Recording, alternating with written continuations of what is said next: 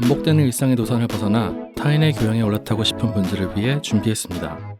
본격 지식 생각 시선 투척 방송 개별 교양 환손센터 25회 리더편 지금 시작합니다.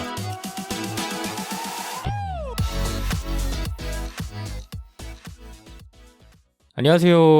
안녕하세요. 반갑습니다. 소개 먼저 하고 시작하겠습니다. 네. 저는 정치사회와 문화 콘텐츠를 좋아하는 장빈등입니다. 네, 안녕하세요. 만물에 대한 관심이 깊고 그 중에서도 자연을 사랑하는 안불입니다. 이 세상엔 다크 히어로가 필요하다. 다크 히어로 추종자 허유생입니다. 오랜만에 바꿔봤습니다. 다크 히어로. 네. 오늘 뭐 배트맨 특집인가요? 문화와 예술을 즐기는 따뜻한 인상주의자 김순트입니다. 반갑습니다. 안녕하세요. 반갑습니다. 잘들 지내셨는지요? 네. 네, 잘 지냈습니다. 한 주 동안 뭐 하고 지내셨는지 눈이 마주친 부르님 먼저. 네네. 지난주에 저희가 그 제 특집이죠. 짠테크 특집을 했잖아요. 네. 네, 그게 뭐 반응이 어마어마하다는 소문을 제가 들었거든요. 지난주 아니에요? 지난주인가? 지난주? 네, 녹음일 기준으로 이제 지난주인데 네. 어마어마했다는데 사실인가요? 누구한테 묻는 거죠? 아무튼 뭐 그렇다 치고 이 편집된 거를 들어보니까 네. 많이 드러내셨더라고요. 앞부분은 통째로 날렸어. 거의 한 절반이 드러내진 것 같은데 그러다 보니까 이게 정보량이 확 줄어들더라고요. 네. 근데 그래서- 그 브르님이 약간 네. 원래 되게 짜치는 주제도 뭔가 거대 담론을 끌어와서 얘기하시는 특징이 있잖아요. 네. 그래서 아마 날리신 게 아닌가. 편집에는 다 이유가 있습니다. 짠테크인데 네. 뭐 돈이 어쩌고 이런 말 많이 했잖아요, 제가. 나중에 편집으로 드러낸 부분을 네. 한번 네. 공개하면은 네.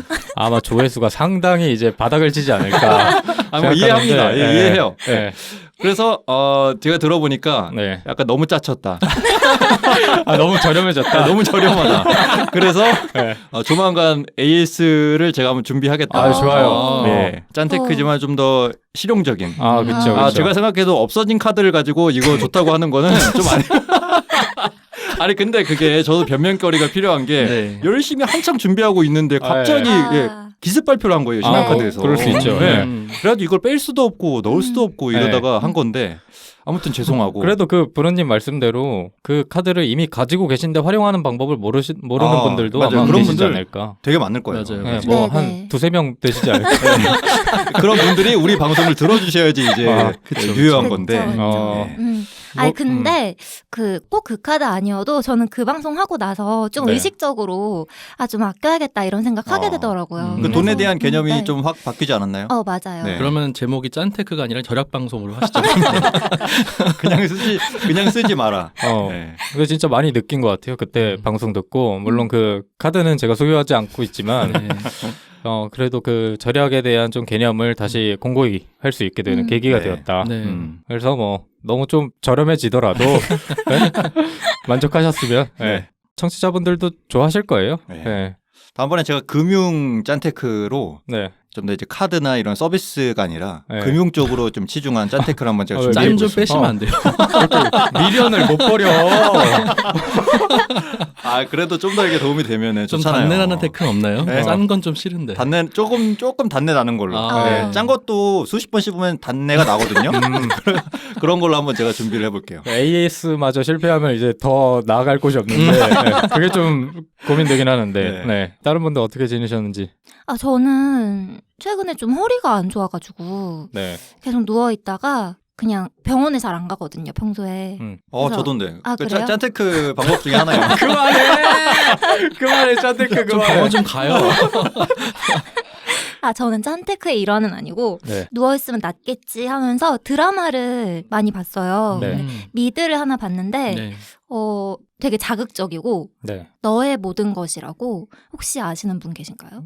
모르겠어요. 모르세요? 음. 이거는 약간 스토커의 이야기예요. 네. 그래서 그 사랑하는 사람이 생기면 물불을 안 가리고 집착부터 시작해서 네. 나중에 살인까지 하거든요. 그래서 그런 얘기를 다룬 미드인데 전혀 공감 지금 이런 차가운 시선들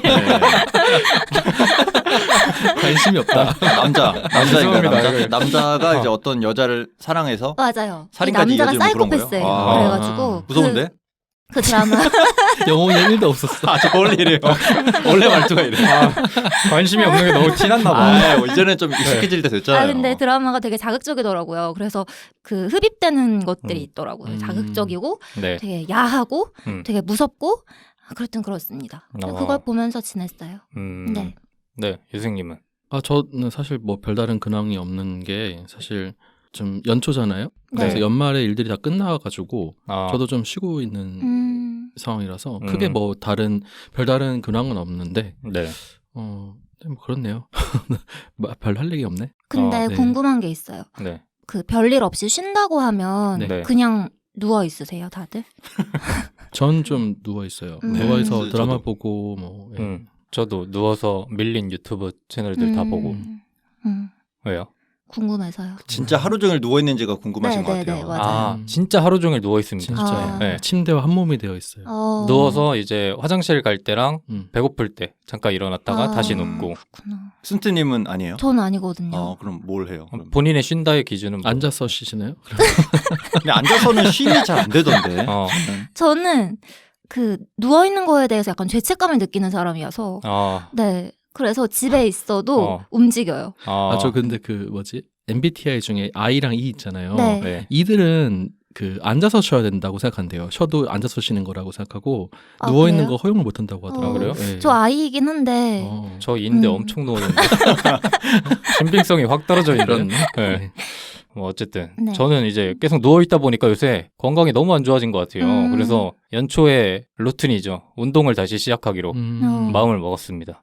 항상 이제 매년 마음만 먹다가 끝나는데 올해만큼은 이제 꾸준히 해볼까 도전. 무슨 운동하세요?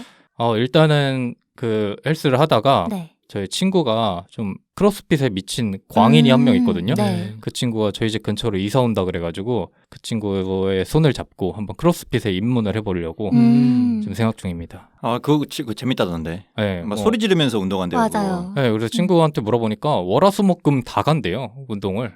그래서 가서 1시간 동안 이제 크로스핏을 하면은 그 숨이 차오르는 느낌을 안 느끼면은 이제 일상이 무너진다고 하더라고요. 운동 중독 아닌가요? 그러니까 그래서 그 친구의 삶이 되게 건강해진 모습을 보면서 혹시 나도 해보면 저렇게 될 수 있지 않을까 하는 기대를 막 품어보면서 운동을 해보려고 합니다. 후기 들려주세요. 네, 뭐 후기를 들려주려면 한 번이라도 해야 되는데 한 번이라도 할지는 모르겠습니다. 뭐야? 네. 하겠다는 거예요, 말겠다는 거예요? 일단 조금만 더 누워 있다가 죄책감이 좀 심해지면은 그때 움직이겠다 네. 생각을 해보면서 네. 저희 오늘부터 이제 새로운 특집을 시작하는데 저희 다음 달에 국가적인 이벤트가 있지 않습니까? 네. 벌써 다음 달인가요? 네, 3월 초에 이제 올해 가장 큰 이슈 네. 대선이 기다리고 있습니다. 맞아요. 이 대선에 맞게 저희가 이제 오랫동안 좀 준비를 해봤는데 상황이 생각보다 심상치가 않다. 조금 너무 민감해지고 있다. 네. 그래서 자칫하다가는 우리끼리도 멱살을 잡을 수 있다라는 그렇죠. 생각이 들어서 네. 조금 조심스럽게 생각을 우리끼리 해보면서 멱살 잡는 거 크게 문제는 아닌데 네. 고소고발 당할까 봐 좀. 아, 그래요? 그 전에 멱살을 잡다가 이제 분열될 수도 있다라는 생각에서 조금 더 본질로 들어가 보자는 합의하에 네. 저희가 이제 준비한 것이 우리 사회에 진짜 필요한 리더는 어떤 모습인가 이거를 저희 네 패널이 각자 집에서 혼자 고민을 해보다가 이번 특집에 한번 분출을 해보려고 네. 가져왔습니다. 그래서 이름하여 제1회 개교환 선배 모의 대선. 되게 뻔한 제목이네. 모의 투자도 아니고 모의 대선. 내가 기대했던 반응이 이게 아닌데? 왜 이렇게 미지근하지? 아니 뭔가 타이틀을 발표하는 그런 네. 느낌이 아니었어요. 다시 그래요? 한번 해보세요. 다시 그러면. 해보세요. 호응해줄게. 네. 거짓말하지 마세요. 아 진짜로 진짜로. 제1회 개교환 선배 모의 대선. 와 모의 대선. 빠라밤. 이거 약간 심혈을 기울인 콘텐츠 같은데 이거. 편집될 것 같습니다. 이 부분 편집될 것 같은데 하여튼간 저희가 4주 동안 이제 모의 대선이라는 컨셉하에 각자의 패널들이 우리 사회에 필요한 리더를 한 명씩 들고 올 겁니다. 네. 꼭 실존 인물이 아니어도 되고 저희가 인물에 제한을 두지 않았기 때문에 좀 각자가 그냥 생각하는 자유로운 인물을 가지고 올 텐데 네. 누가 과연 우리 사회 리더로 뽑힐지 저희 4명이서 이제 4주가 끝나고 자체 투표로 한번 해볼 겁니다. 그래서 꼴찌에게는 어마어마한 벌칙을 그런 얘기 안 했잖아요. 방금 생각이 났기 때문에 그럼 총 4표인 건가요? 총 4표? 꼴찌에게 어마어마한 벌칙을 줄지 아니면 1등에게 어마어마한 상품을 줄지는 오. 이제 주차를 함께 보면서 좀 간을 보는 걸로 제가 볼 때 내게 조금 위험하다 싶으면 좀 변경하면서 할 건데 이제 청취자분들도 한 4주 동안 들어보시면서 이 사람이 정말 우리 사회에 필요한 리더구나 라는 거를 저희 네 패널의 에피소드를 각각 들어보시고 한번 판단해 주시면 더 좋을 것 같습니다. 네. 그래서 오늘은 이제 유생님이 네. 기호 1번 인물을 가져왔을 겁니다. 네, 맞습니다. 오늘 제가 소개해드릴 인물은 2021년도 초에 방영했던 TVN 드라마 빈센조라는 드라마의 주인공이었던 빈센조 까사노를 들고 와봤습니다. 그럼 네. 기호 1번이신 거네요. 네. 기호 1번 빈센조. 빈센조. 네, 예. 기호 1번 빈센조. 네네. 네. 본격적인 이야기를 시작하기 전에 네. 여러분들께 한번 리더의 자질에 대해서 한번 같이 나눠보고 싶은데 이야기를 호사분면이라고 들어보셨나요? 네? 호사분면? 호사분면? 네, 호사분면이라고 호사분면? 네네. 네. 그 X축, Y축으로 네. 그 화살표가 있을 때 네. 가로축 방향은 이제 오른쪽으로 갈수록 플러스 방향으로 갈수록 일 잘하는 사람, 네. 마이너스는 일 못하는 사람이고요. 네. 세로축은 플러스로 갈수록 친절한 사람, 네. 마이너스로 갈수록 싸가지 없는 사람이에요. 네. 그러면은 이제 1, 2, 3, 4분면이 나오겠죠? 네. 그 중에서 일도 잘하고 친절하는 사람을 우리가 호인이라 부릅니다. 네. 그리고 일은 못하는데 친절한 사람은 호구라 부르죠. 일은 못하는데 친절한 사람. 네. 그러네요. 네. 그리고 일은 잘하는데 싸가지가 없어. 네. 그럼 호랭이라고 부르고요. 호랭이? 네. 이거 마음에 안 들어요.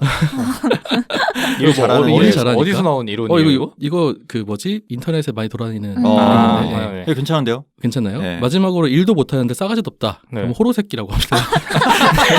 그래서 호사분면이야. 그래요. 맞습니다. 호구나. 다 호. 그럼 그쵸, 이제 그쵸. 각자의 후보들을 일단 네. 이거에 다 한번 매칭을 시켜보고 시작할 때 하면 좋겠네요. 나중에 빈센, 이제 네. 네 번째 다 하고 나서 네. 같이 한번 시켜보시면 좋을 텐데 네. 네.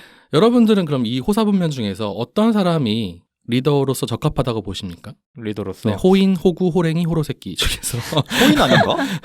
일 잘하고 친절하면 좋은 거 아니에요? 근데 친절하다는 게 네. 뭘 말하는 거예요? 인성을 말하는 거예요? 인성이 착하고 뭔가 이제 삭삭하고 이런 사람 되겠죠? 네. 그럼 싹싹하면서 일도 잘하면 뭐 더할 나위 없는 거 아니에요? 네, 그런가요? 저도 네. 호인. 그래요? 저는 호랭이. 왜요? 호인이 있는 호인이 리더로 있는 집단은 네. 이게 시간이 흐르면 그 리더를 만만하게 보기 시작하면서 호구가 되나요? 제대로 돌아가지 않습니다. 그래요? 호로새끼들이 호인들을 호구로 만들죠? 지금 어떤 대통령을 생각하고 있는 거죠? 지금 머릿속에? 위험합니다, 지금. 누굴 생각하고 있는 거죠? 친절함만이 답은 아니다. 아. 네, 아마 실생활에서 많이 느끼실 거예요. 그러니까 구성원들이 다 이성적이지만은 않습니다. 리더도 그렇고. 그렇죠. 그래서 구성원들이 모두가 이성적이라면 호인인 리더를 시간이 지나도 이렇게 잘 따라줘야 되는데 어. 그게 쉽지만은 않다. 개교환 쌤이 리더가 이런 말을 하니까 네. 굉장히 찔리네요. 네. 그 구성원들이 이성적이지만은 않다. 마치 저를 향하는 말 같아서 약간 찔리긴 하는데 계속해 보시죠. 예. 끝나는데? 제가 당황했네요. 그래서 호랭이가 필요하다. 우리 사회에는 네네. 호랭이가 필요하다. 호랭이. 네. 저도 약간 비슷한 입장이긴 한데 네. 이제 강양약강이라는 사람들이 있고 네. 네. 강강양약인 사람들 있잖아요. 네. 그런 의미에서 이제 강강양약에 당하는 사람이 호랭이와 호인이 적당하게 섞인 사람이라고 생각해요. 네. 그러니까 강한 자들에게는 호랭이가 되고 네. 약한 사람들에게 호인 될 수 있는 사람이 네. 진정한 리더가 아닌가라는 네. 생각을 하는데 그런 의미에서 제가 오늘 소개해드릴 빈센조 까사노는 이 호랭이와 호인의 덕목을 모두 갖춘 사람이다 이렇게 말씀드리겠습니다. 안 봐서 모르면 어떡해요. 안 봐서 공감을 못하면 어떡하죠? 그렇죠. 네. 그래서 제 드라마 내용이 워낙 방대하다 보니까 네. 이제 적당하게 내용을 끊어서 소개를 해드릴 텐데 네. 못 보신 분들도 많을 것 같아요. 청취자분들 중에서도. 네. 그래서 제가 빈센조가 어떤 의미에서 우리 사회의 진정한 리더인지 요거에 대해서 설명을 해드릴 텐데 그 전에 드라마를 잠깐 내용적인 부분을 소개해드리고 그 뒤에 빈센조 까사노의 리더로서의 자질들을 소개해드리도록 하겠습니다. 네. 일단 이 빈센조라는 드라마의 기획 의도를 잠깐 짤막하게 소개해드릴게요. 네. 대한민국의 국민들은 안도하며 말한다. 한국에는 마피아, 야쿠자, 사마페, 카르텔 같은 거대 범죄 조직이 없어 다행이라고. 그러나 이건 엄청난 착각이다. 탐욕이 지배하는 세상에는 빌런 총량의 법칙이 존재한다. 한국도 예외는 아니며 이 총량은 교묘하게 숨겨져 있다. 이 작품은 법 위에 군림하며 법 정신을 거스르는 코리안 카르텔에 대한 분노와 무기력함을 해소하기 위해 기획됐다. 진짜 마피아가 마피아 방식으로 이 카르텔을 괴멸시키는 과정을 통해 이 땅에 깊이 박힌 악을 축출하기 위해서는 때로는 변칙적이고 독한 방법도 필요함을 말하고 싶었다. 네. 설령 이것이 실현 불가능할지라도. 이게 기획 의도입니다. 네. 기획 의도에서부터 약간 음. 이상적인 느낌이 좀 강한데요. 그렇죠. 네. 그러니까 기획 의도부터 네. 악을 축출하기 위해서는 음. 악한 방법도 동원할 수도 있다라는 그런 개념이 좀 들어가 있는 것 같긴 한데 네. 빈센조가 약간 그런 캐릭터로 나오거든요. 음. 그러면 이제 이 드라마의 주요 설정이나 주요 내용들을 좀 소개해 드릴게요. 네. 이 드라마는 그 배경이 되는 장소가 금가 프라자라는 곳이거든요. 네. 근데 금가 프라자에 위기가 닥쳐요. 어떤 그게 얘기? 뭐 건물 이름이에요? 네, 맞아요. 건물 이름인데 좀 낡은 건물이거든요. 근데 이 금가 프라자 지하에는 중국의 대부호가 남긴 금괴가 잔뜩 숨겨져 있어요. 아. 네, 금괴가 어마어마한 금괴가. 네. 그런데 이 일대가 재개발이 되게 되면서 네. 금가 프라자가 철거 위기에 놓이게 되는 거죠. 음. 이 금가 프라자 안에 장사하고 있던 사람들이 있고요. 그리고 이 금가 프라자를 무너뜨리고 바벨 타워라는 그 건물을 세우고 싶어하는 바벨 그룹이 등장합니다. 네. 당연히 이 재개발 세력과 기존의 토착 주민들 사이에 갈등이 있겠죠. 네. 근데 이제 빈센조가 이 금가 프라자 지하에 묻혀 있는 금괴의 존재를 아는 사람인 거예요. 거의 네. 유일한 사람. 직접적으로 금괴에 접근할 수 있는 방법을 아는 사람인 거죠. 네. 네. 그래서 이 건물을 무너뜨려가지고 금을 다 쟁취한 다음에 이탈리아로 넘어가서 이제 섬을 구입해서 살려고 하는 게 빈센조의 목적입니다. 오, 빈센조도 개인적인 목적을 가지고 있네요. 네, 그러면? 맞습니다. 개인적인 목적을 가지고 있어요. 네. 근데 이 금가 프라자 안에서는요, 정신적인 지주에 해당하는 변호사가 운영하는 지푸라기라는 변호사 사무실이 있습니다. 네. 이 지푸라기는요, 홍유찬 변호사라는 분께서 운영하고 계신데, 주민들의 인권을 위해서 노력하시는 분이에요. 재개발을 막고. 그리고 이제 아까 말씀드렸던 바벨타워를 세우고 싶어하는 바벨 그룹은요, 이 드라마 설정상 우리나라에서 굉장히 거대한 자본 세력인데 온갖 폐악질을 많이 하는 그런 기업인 거예요. 네. 예를 들어서 범법행위도 일삼고요. 네. 온갖 악행도 많이 일삼는 거죠. 네, 그러다 보니까 이 변호사가 특히나 이 바벨 그룹과 좀 많이 부딪혀요. 법정에서. 근데 어쨌든 간에 이제 금가 프라자를 무너뜨리고 싶어하는 바벨 그룹이 있다 보니까 홍유찬 변호사는 이제 항상 대립을 하게 되고요. 그리고 빈센조 입장에서도 금가 프라자를 지켜야 되잖아요. 금을 얻기 위해서. 네. 네. 그러다 보니까 빈센조도 마찬가지로 홍유찬 변호사와 함께 바벨 그룹과 맞서는 입장에 서게 됩니다. 그런데 이제 핵심적인 사건 중에 하나가 이 바벨 그룹의 제약사인 바벨 제약과 이제 법정 소송에 휘말렸다가 홍유찬 변호사란 분이 굉장히 중요한 그 증인을 얻게 됐는데 네. 이 증인이 바벨그룹 무너뜨릴 수 있는 그런 사람인 거예요. 네. 그러다 보니까 바벨그룹의 이익을 대변하는 법무법인 우상이라는 곳이 있어요. 네. 이곳에 있는 검찰 출신 변호사가 홍유찬 변호사를 이제 차로 쳐서 죽여버리게 돼요. 네. 살인 청부를 하게 되는 거죠. 네. 그리고 증인도 죽이게 되고요. 그러니까 이제 빈센조 변호사 입장에서는 믿고 의지하고 자기를 믿어주던 홍윤찬 변호사의 죽음으로 인해서 각성하게 되죠. 네. 그래서 금괴를 얻겠다는 목적과 동시에 플러스 바벨 그룹도 무너뜨려야겠다라는 이제 목적을 가지게 되는 겁니다. 어쨌든 그래서 크게는 대립은 이제 빈센조, 법무법인 지푸라기, 그리고 금가 프라자 사람들 여기가 한 팀이고요. 네. 그리고 바벨 그룹과 우상 여기가 한 팀입니다. 그래서 둘 사이에서 이제 그런 갈등을 빚는 드라마가 이 드라마의 전체적인 구도일 것 같아요. 네. 들어보기만 해도 재밌을 것 같지 않습니까? 별론가요? 네. 네, 재밌다고 느끼신 분 계세요? 우리 셋 다 일단 안 봐가지고. 전형적인 네. 그 권선징악의 형태를 띠고 있는. 네, 맞아요. 네. 근데 이제 권선징악 자체가 굉장히 좀 하드코어하다고 해야 될까요? 아, 그래요? 네, 그런 측면이 있는데 그건 뒤에 가서 설명 또 드리도록 할게요. 빈센조 씨가 이제 송중기, 네, 맞습니다. 빈센조 송중기. 씨라고 해도 되는 거죠, 후보니까. 그렇죠, 그렇죠. 예, 네. 송중기 배우가 이제 주연을 맡았죠. 맞습니다. 네. 네. 근데 제 생각에는 딱 들었을 때는 지금 빈센조가 현실 정치에 존재를 하고 있습니다. 그래요. 예. 필리핀의 두테르테 아. 씨라고 아, 네. 그 얘기 하실 줄 알았어요. 느낌이. 약간 이런 네. 느낌이 좀 아, 드는데 네. 외모가 아무튼. 너무 다른데? 외모가, 그러니까 제가 얘기하고 싶은 건 외모가 달라서 어. 이 후보는 좀 이미지가 올라가고 있다. 아, 잘생긴 외모로 이미지가 올라가고 있다. 요거 하나 네. 제가 짚어드릴게요. 근데 예. 저 그 궁금한 게 있었는데 네네. 그 빈센조라는 캐릭터가 가지는 포악함이나 약간 음. 이 잔인함이나 이런 것과 네. 송중기 씨가 가지는 외모와는 좀 이질감이 느껴지잖아요. 근데 네네. 이게 드라마를 보면 이질감이 안 느껴지나요? 잘생긴 사람에서 그런지 네. 뭔가 이제 좀 다 멋있고 조금 더 정의로워 보여? 그렇죠. 오히려 약간 네. 그 이질감에서 오는 장점들이 있을 것 같아요. 네. 네. 지금 되게 이런 배경을 가진 인물이고 심지어 개인적인 목적을 가지고 있는 인물인데 네. 시청자들이 이 인물한테 호감을 느끼고 같고 이 인물 쪽에 서기 위해서는 우락부락하고 약간 남성적이고 거친 이미지의 네. 남자 배우보다는 약간 송중기 씨처럼 좀 여리여리하지만 여리여리하지만 약간 남성적인 매력도 있는 그래서 캐릭터 선정을 잘한 것 같은데요. 네네. 어. 약간 그런 사람이 악을 처단하는 모습에서 희열이 좀 느껴지기도 하죠. 네. 그럼 이 빈센조에 대해서 간단하게 설명드리도록 하겠습니다. 네. 빈센조는요, 송중기 아까 말씀하셨죠? 송중기 씨가 배역을 맡았고요. 이탈리아 마피아 까사노 패밀리의 콘실리에리라고 해요. 콘실리에리는 그 마피아의 변호사를 의미하는 단어입니다. 네. 그래서 아까도 말씀드렸지만 금가 프라자 지하에 어마어마한 양의 금이 숨겨져 있는 것을 알고요. 이것을 쟁취하기 위해서 이탈리아의 상국으로 넘어오는 사람입니다. 이 세계관, 빈센조라는 드라마에서 세계관 채광자로 나와요. 네. 네. 똑똑하고요. 싸움도 잘하고요. 우리 편에게는 다정하지만 적군에게는 피도 눈물도 없는 냉혈한이라 보시면 될 것 같습니다. 그리고 친모가 시한부 인생을 살게 되자 이제 어릴 때 빈센조를 이탈리아로 입양을 보내거든요. 네. 네. 그래서 이탈리아에서 자신을 사랑으로 키워준 양부모님과 함께 자라다가 어느 날 강도가 들어서 양부모님들이 살해당하는 끔찍한 그 경험도 합니다. 그 뒤에 까사노 패밀리의 보스의 눈에 띄어가지고요. 보스가 친아들처럼 키워주고요. 네. 공부도 시켜주고 그래가지고 나중에 종국에는 변호사가 되는 거죠. 네. 그리고 까사노 패밀리의 보스가 죽고 나서 빈센조와 까사노 패밀리의 아들, 친아들 이 둘 네. 사이에 권력 다툼이 약간 전개되는 그런 조짐이 보이거든요. 네. 근데 이제 빈센조는 그 보스와의 어떤 의리로 인해서 그 리더 자리를 포기해버리고 아들 네가 다 가져라 한 다음에 한국으로 넘어오게 되는 거죠. 겸사겸사 금도 얻을 겸 그런 겁니다. 그래서 한국으로 넘어오는 거구나. 그쵸, 송중기가. 그쵸. 네. 아. 이 정도가 이제 빈센조 까사노에 대한 설명이고요. 네. 빈센조 까사노의 이제 리더로서의 자질들을 제가 몇 가지 가져와 봤는데 네. 한번 들어보시고 얼마나 자질이 출중한 사람인지 생각해 보시면 좋을 것 같습니다. 빈센조 까사노의 리더로서의 자질 첫 번째, 전방위적으로 뛰어난 능력의 소유자라는 거예요. 네. 재력, 무력, 지력, 매력, 실행력, 추진력 등등 모두 두루두루 갖추고 있습니다. 일단 재력이 어마어마해요. 기본적으로 마피아 패밀리의 어떤 변호사니까 돈이 많겠죠. 이 돈이 많은 거를 이제 차를 보면 알 수가 있어요. 차가 람보르기니 아벤타도르 LP700이라는 차를 타고 다니더라고요. 네. 네. 람보르기니 하면 뭐 어쩔 람보르기니 할 때가 거의 이기는 수 아닙니까? 네. 몇 억이죠? 한 얼마인가요? 5억 하나요? 한 3억에서 그런가요? 5억 하나요? 아, 맞죠? 잘 5억이나 몰라가지고. 해요?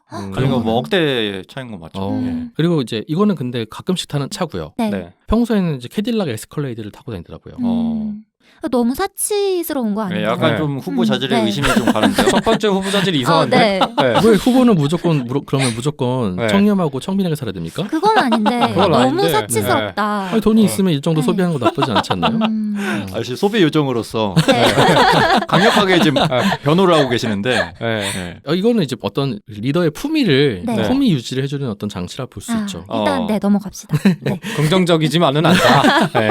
그리고 이제 이탈리아 밀라노 수제 양복 장인 브랄로의 수트셋을 아주 많이 보유하고 있습니다. 항상 수트핏이 멋있는 걸로 나오죠. 옷발도 좋고. 그렇죠. 그래서 종국에는 마지막에는 1조 5천억에 달하는 금을 모두 회수를 해요. 네. 그래서 이제 재력이 어마어마하다는 장점이 있습니다. 그거 회수한 다음에 어떻게 하나요? 이제 그걸 가지고 이탈리아 섬에 가서 살고 있죠. 끝난 것 같은데요? 빈센조 끝난 것 같습니다. 더 들어볼 필요가 없을 것 같은데요. 이렇게 하나를 거르고 가는가. 네. 네. 시끄럽고요. 자, 이 두 번째 무력입니다. 무력. 네. 무력이 어마어마합니다. 네. 이분이 이탈리아 군대 최상위 특수부대 GIS 출신에게 그 실전 무술을 배웠어요. 그 출신이 아니라. 저도 출신인 줄 알고 병역은 확실하게 했네요. 이렇게 얘기하려고 그랬는데 그냥 배웠다. 그게 배웠어요. 제자다. 근데 배웠는데 네. 어마어마한 수제자라서 네. 웬만한 뭐 몇십 명 떼어 눕힙니다 그냥. 네. 약간 평생교육원 이런 느낌인가요? 거기 출신은 아니고 거기에서 이제 배웠다? 네. 세 번째 매력이에요. 네. 매력은 일단 미친 미모의 소유자라 볼 수 있겠고요. 그런가요? 왜냐하면 드라마 설정상 네. 다 넘어옵니다. 무슨 얘기냐면 유혹하면? 유혹하면? 예.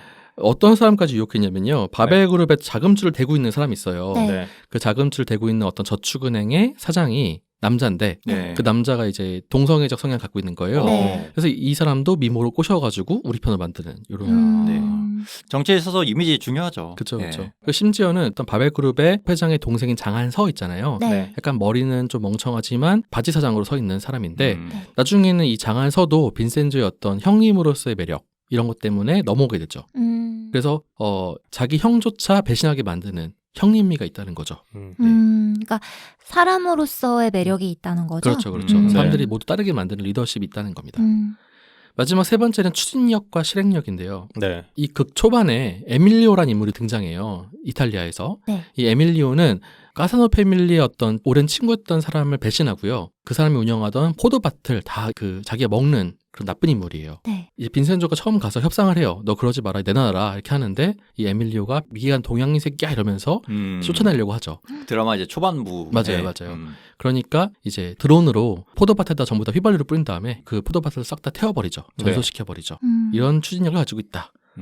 주로 이제 추진력이 폭력적인 방법으로 해결을 하네요. 그리고 이제 적군의 정보원이나 우상의 변호사인 최명희, 일단 바벨그룹의 최종 보스인 장한석까지 직접 찾아 나서가지고 조져버리죠. 위협도 하고 협박도 하고 이렇게 할 수 있는 그런 시행력을 가지고 있다는 거죠. 네. 그리고 같은 팀으로서 활동하다 배신한 검사도 있었어요. 네. 이 배신에 대한 응징을 가하기 위해서 이제 가족도 협박하고요. 그리고 마지막에는 그냥 높은 곳에 밀어버려서 죽여버립니다. 실행력은 진짜 갑이네요. 네. 네. 아니, 아니, 들을수록 이게- 왜 우리 사회에 필요하다는 거야?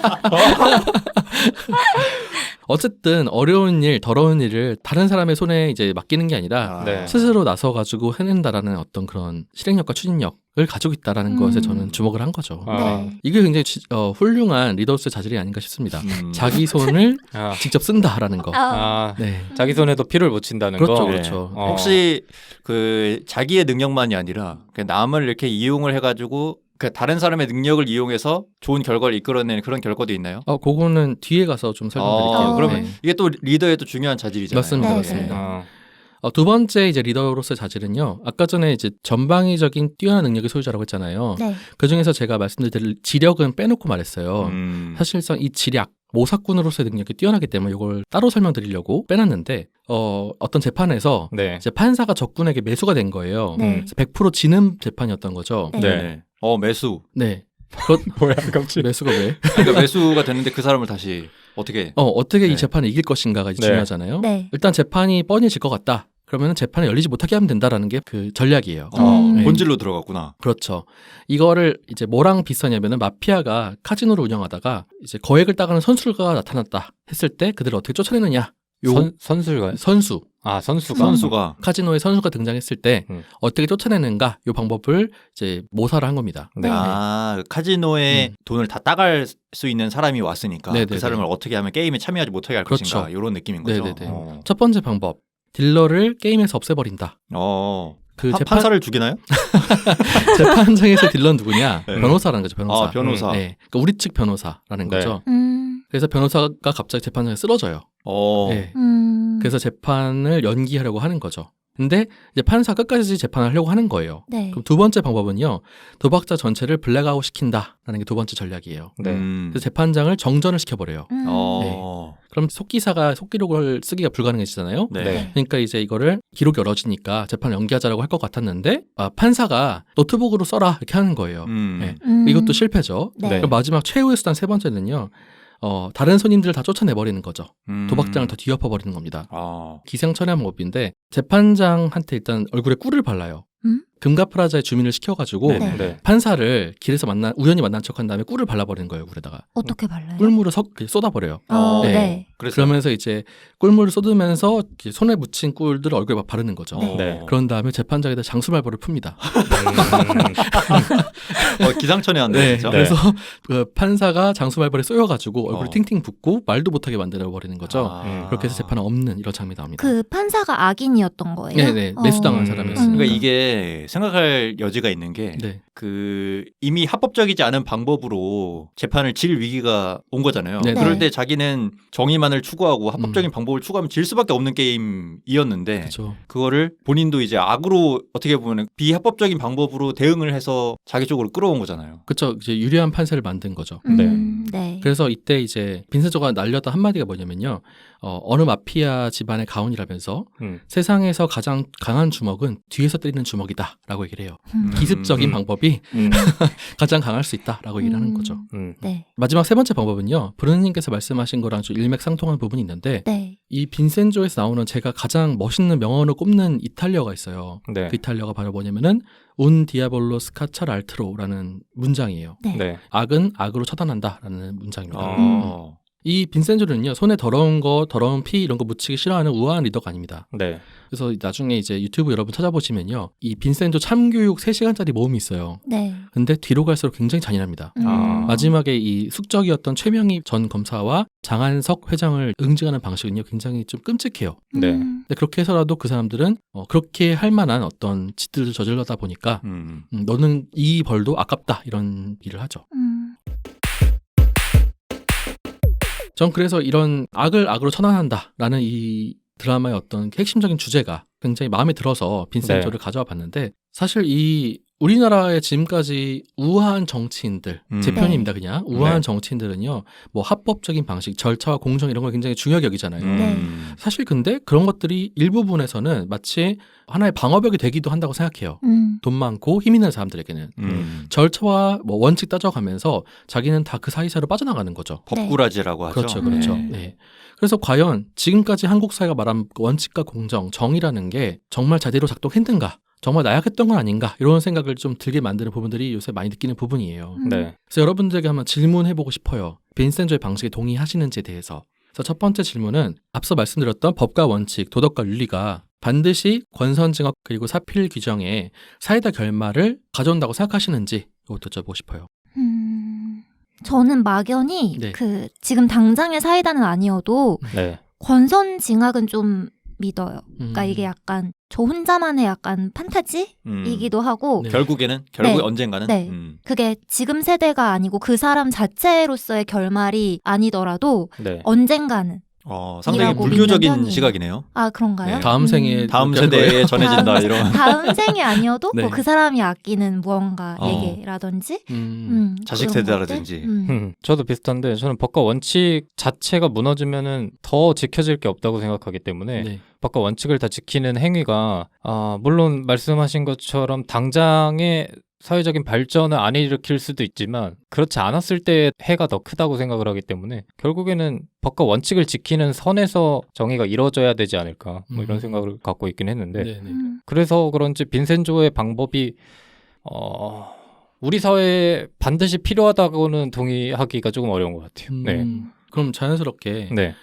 악을 악으로 처단한다라고 네. 했던 빈센조의 말, 네. 요것에 동의하시는지, 아니면은 뭐 빈센조의 방식은 너무 잔인하고 잔혹하잖아요. 네. 그리고 너무 탈법적인 법들이 많고, 네. 그럼 논의를 넓혀서 네. 어느 정도 법과 원칙이라는 게 그런 이러한 악들을 이제 처벌할 수 있게끔 나아가야 된다고 생각하시는지 이렇게 논의를 넓혀볼게요.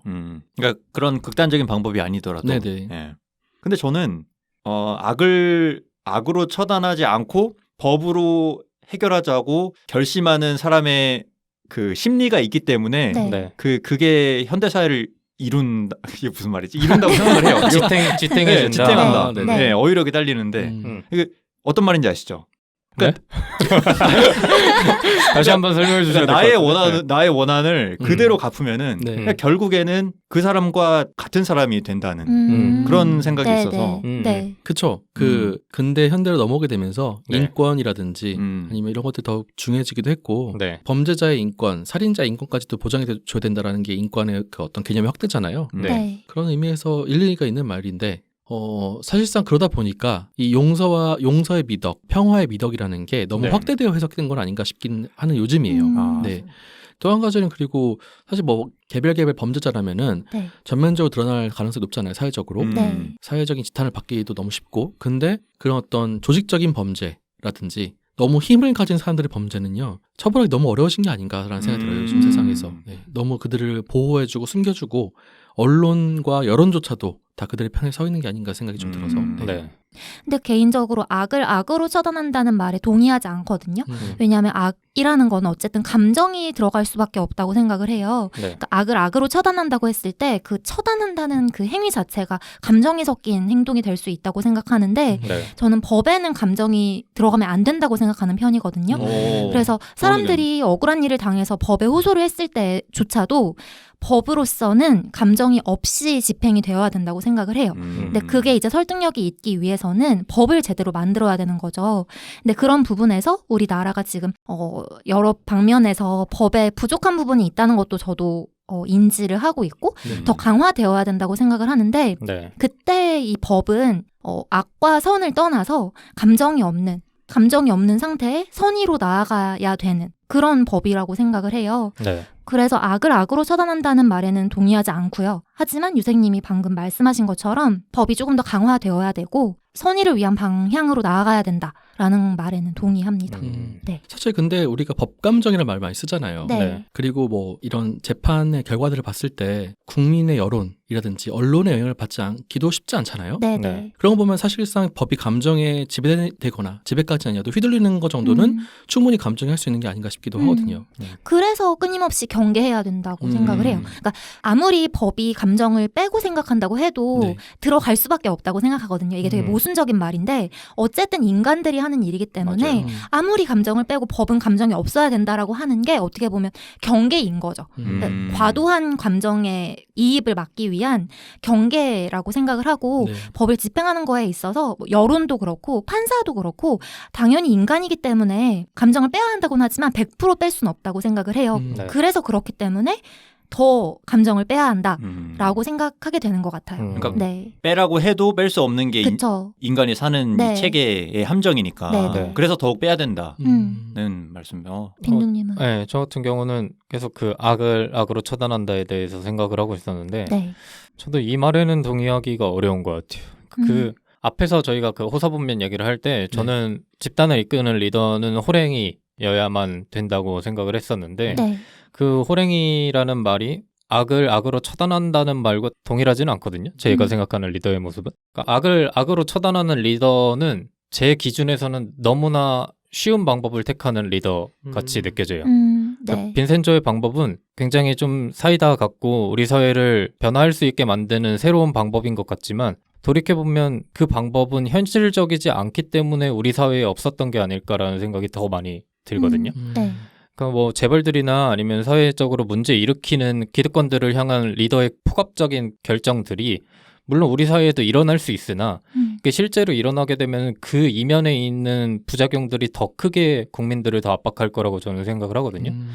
그렇기 때문에 이걸 악을 악으로 처단하는 리더는 장기적으로 봤을 때는 전혀 우리 사회에 도움이 안 된다고 생각을 하고 그렇기 때문에 저는 악을 악으로 처단하는 리더보다는 일부 그렇게 활동하는 약간 참모를 둔 그러니까 그렇게 좀 조언을 해줄 수 있는 참모를 둔 조금 더 선한 리더가 우리 사회에 필요하지 않을까라는 생각이 들어서 비선 실세가 필요하다는 말씀이세요?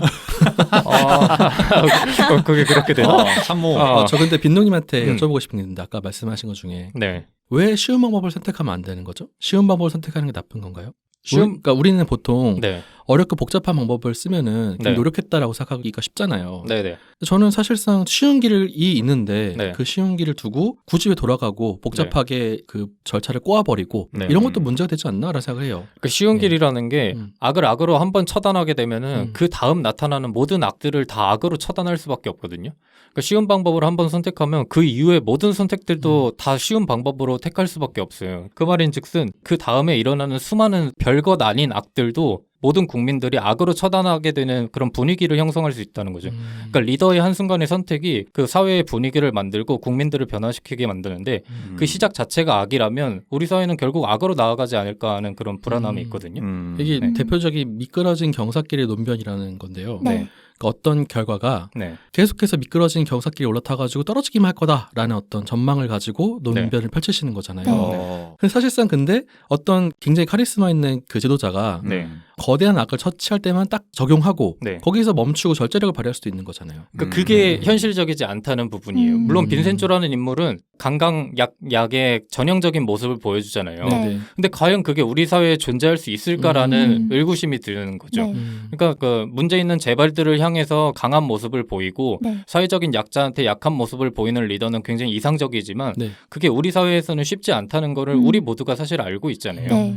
그런 리더가 존재하면은 물론 우리는 좋겠지만 네. 빈센조가 아닌 실질적인 정치인이 수많은 사회의 유혹을 뿌리치고 그러기가 과연 쉬울까라는 생각이 들기 때문에 네. 애초에 악을 악으로 처단하지 않고 악을 조금 더 어려운 방법으로 택할 수 있는 빈센조보다는 모자라지만 우리 사회에 좀 더 도움이 될 수 있는 리더를 우리가 찾는 게 맞는 방향이 아닐까라는 네. 생각이 들어서 네. 그 요 얘기를 네. 사실상 현대사는 복잡하다 보니까 네. 모든 재벌이 약하다라고 볼 수도 없는 거고요. 네. 네. 물론 사회에서 순기능을 하시는 분들도 있으니까요. 네. 네. 네. 이 이야기를 어디로 끌고 오냐면은 제가 친일파로 한번 끌고 와 볼게요. 네. 네. 우리나라는 사실상 친일파에 대한 어떤 척결이 좀 네. 부족했던 나라잖아요. 네. 그들에게도 무슨 일종의 어떤 변명이 있다고 하면서 네네. 남겨두었던 이런 나라 중에 하나인데 친일파에 대해서 어떻게 생각하시나요? 그렇게 강력하게 처벌하면서 척결해야 되는 부분들에 대해서 생각해 본다면은 악을 저지른 사람들에게 똑같은 악을 선사해줘야 된다라는 게 네. 일정 정도 맞다고 볼 수 있지 않을까요?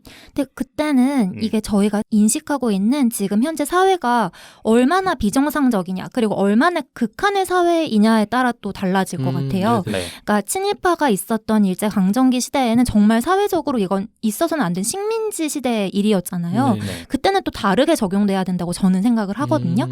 그 미국의 신학자 그 학자 중에 네. 니부어라는 분이 계세요. 네. 근데 그분이 선의의 강제력이라고 말씀을 하시면서 네.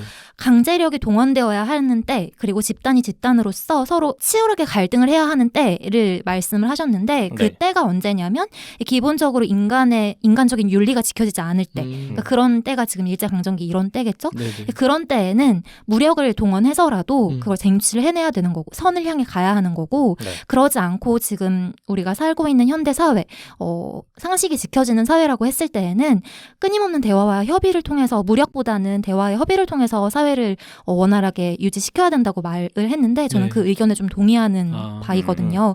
그러니까 일제강점기 때는 시기적으로 있어서는 안 될 일이 일어난 거잖아요. 네. 그런 때는 그 강제력이 집단과 집단 사이에서 서로 치열하게 격렬하게 부딪혀야 된다고 생각을 하고요. 네. 현대 사회랑은 저는 좀 다르다고 생각을 해요. 음. 네. 근데 이제 이렇게도 반론할 수 있을 것 같아요. 그때조차도 힘을 발휘하지 못했던 정의잖아요. 친일파에 대해서도 응징을 가할 수도 없었던 나약한 정의라는 거죠. 네. 근데 이렇게 복잡한 세를 오면 올수록 더더욱 변명거리가 붙는 게 아닌가 싶다는 얘기죠. 네. 근데 그렇게 됐을 때 어쨌든 이게 개인과 개인 간의 갈등이 아니고 집단과 집단 간의 갈등이잖아요. 근데 네. 한 집단이 명백하게 악일 수도 없는 거고 한 집단이 명백하게 선일 수도 없는 거잖아요. 그리고 집단을 이루는 그 안에 있는 개인들은 선이라고 대표되는 그 집단에서도 저는 분명히 악인 개인이 들어가 있다고 생각을 하거든요. 네. 그럼 어떻게 그 집단이 변질될지 모른다고 생각을 해요. 네. 근데 그 상황에서 악이라고 대표되는 그 집단을 그냥 악으로 처단한다라는 관점은 저는 위험한 것 같아요. 선과 악의 경계가 네. 개인마다 혹은 집단마다 다 다르다는 게 네. 그게 본질적인 문제가 아닐까 싶어요. 그래서 저는 빈센조가 되게 인기가 있었던 것 같아요. 네. 그리고 저는 없어서 저희가 이 논의가 길어지고 있는 거지 있다면 당연히 뽑죠. 당연히. 아, 그런가요? 네. 아, 또 뽑아요? 빈센조가 뽑죠. 있으면? 송중기. 네. 아, 송중기. 근데 아, 그 나라의 최고 지도자가 내리는 결정이 네. 굉장히 신중해야 된다고 생각하는 이유가 뭐냐면 네. 그 나라 지도자가 결정하는 그 기조가 저는 사회의 정서를 나중에 반영하게 된다고 생각을 하거든요. 네. 사회 정서로 내려온다고 그 결정이. 네. 그러니까 나라 지도자가 악을 악으로 처단하네? 그러면은 사회 개인의 입장에서는 내가 생각했을 때 악한 사람을 무력으로 내지는 힘으로 굴복시켜도 되겠구나 하는 그런 정서가 보편적으로 확산될 수 있다고 생각을 해요. 네. 그러니까 칼로 무베듯이 딱 잘라서 여기까지는 악으로 처단하고 나머지는 대화를 통해서 하자. 네. 가능할 수도 있겠지만 말씀하신 대로 사람 한 명 한 명 그 객체가 다 다르기 때문에 그렇게 하지 않고 나라가 저렇게 처리하네? 그러면 나도 그렇게 해도 되겠구나라고 생각하는 사람도 있을 수 있게 된다는 거죠. 네.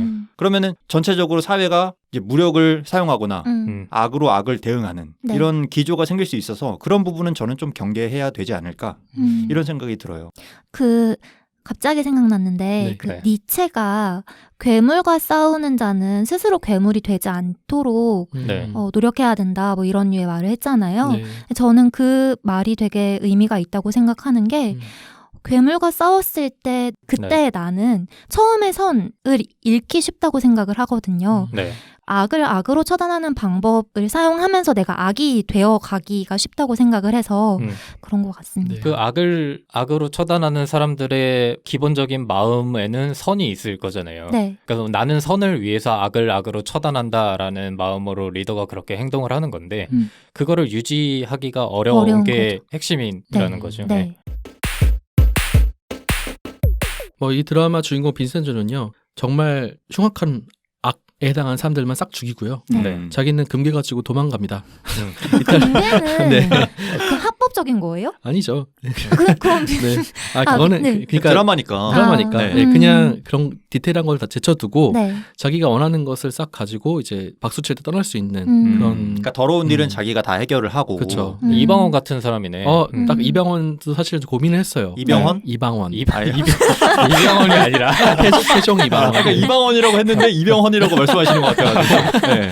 죄송합니다. 네. 근데 저는 네. 그 이병헌도 떠올랐어요. 그 악마를 보았다. 아, 영화 그쵸. 똑같은 네. 내용이잖아요. 네. 그렇네요. 그 악마를 보았다에서도 보면은 악을 악으로 처단하잖아요, 이병헌이. 네. 마지막 장면을 보면은 그 우는 모습인지 웃는 모습인지 모를 정도의 표정을 지으면서 떠나는 맞아. 엔딩을 네네. 보이잖아요. 네. 그게 딱 악을 악으로 처단한 자의 말로가 아닐까 아, 너무 좋은 말이다. 라는 생각이 드는데 빈센조는 굉장히 시원해하면서 떠났습니다. 그러니까 걔는 금기가 있잖아. 그러니까 드라마지. 그러니까 드라마지. 그렇죠. 걔는 금기가 있으니까 시원할지 모르겠지만 그러니까 처단을 한다고 한들 자기 마음이 궁극적으로 편해질 것인가? 그러니까 빈센조가 아닐 거거든요, 사실. 그런 행동을 한 다음에 그 행동을 했던 그 건물, 그 사람들과 꾸준히 생활을 하면서 그 사회 내에서 지냈다면 네. 과연 그렇게 웃을 수 있을까는 아. 한 번 더 생각을 해봐야 될 것 같아요. 그렇죠. 그래서 빈센조 결말 부분에 가면 이런 대사 나와요.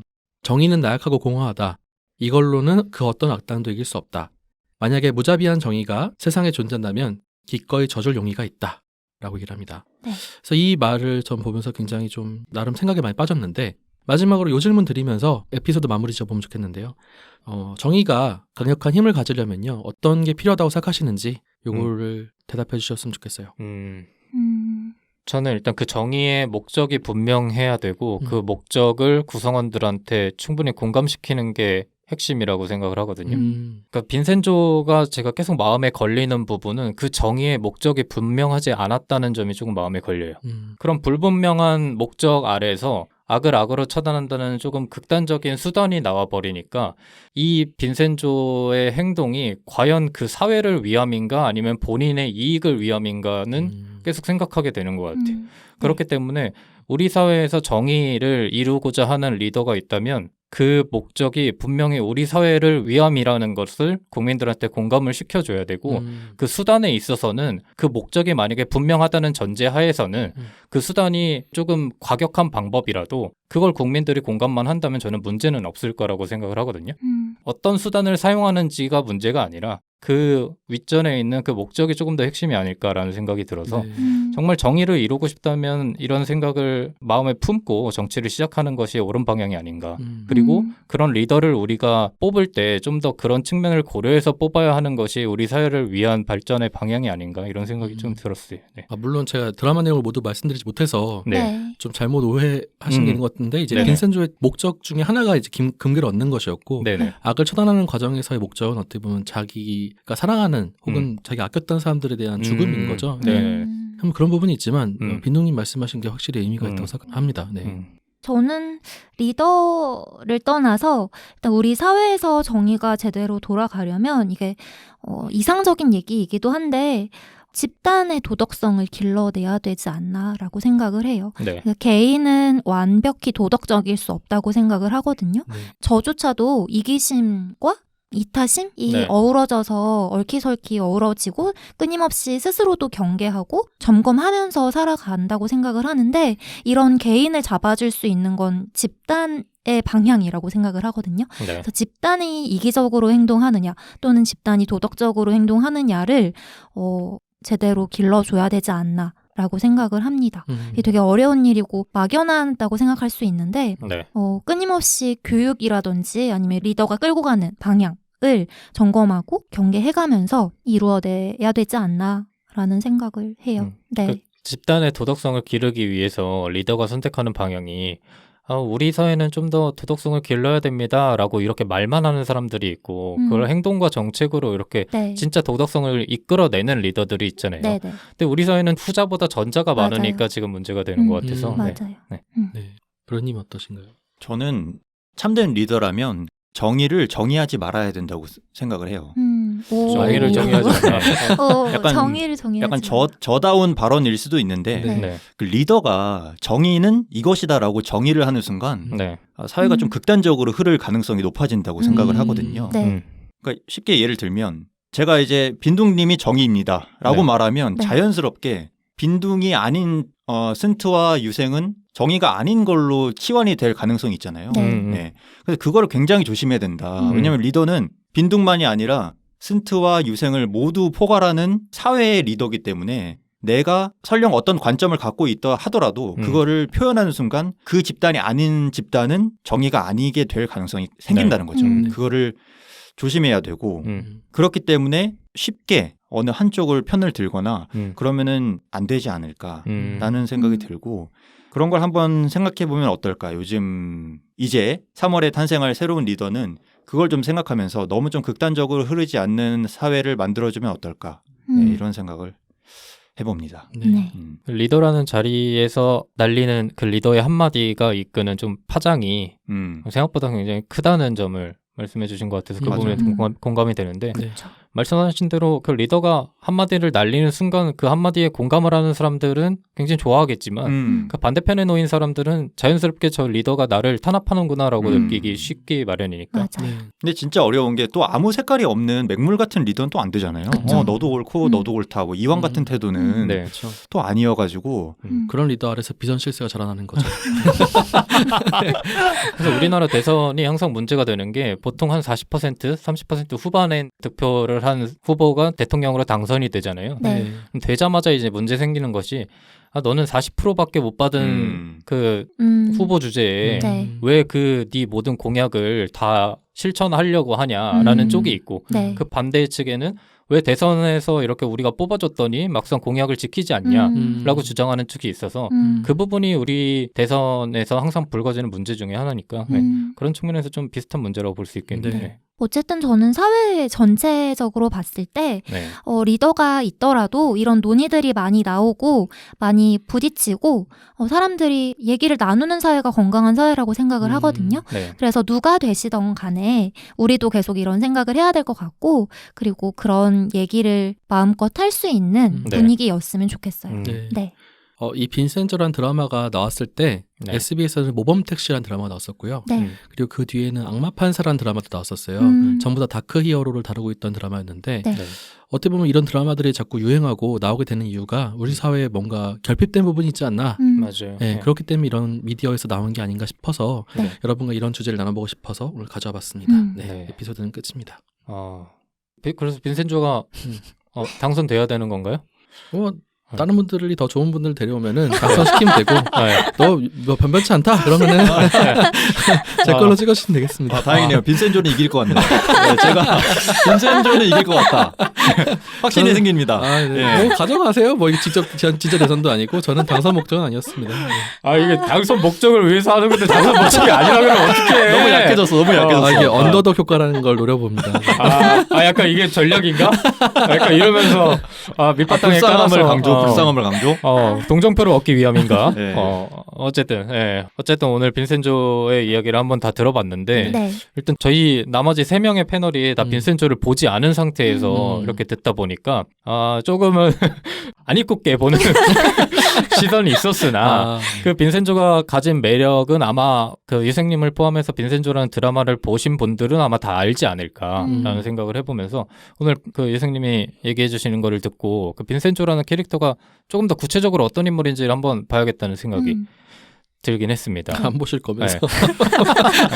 봐야겠다는 생각이 들었다는 거지 뭐 보겠다는 모르겠고. 네. 근데 저는 얘기로만 들어도 되게 네. 매력적인 인물이었겠다. 그리고 되게 호응을 얻었겠다. 이런 생각이 들고요. 네. 일발린 네. 소리 감사합니다. 뭐 부르님도 하나 던지시죠.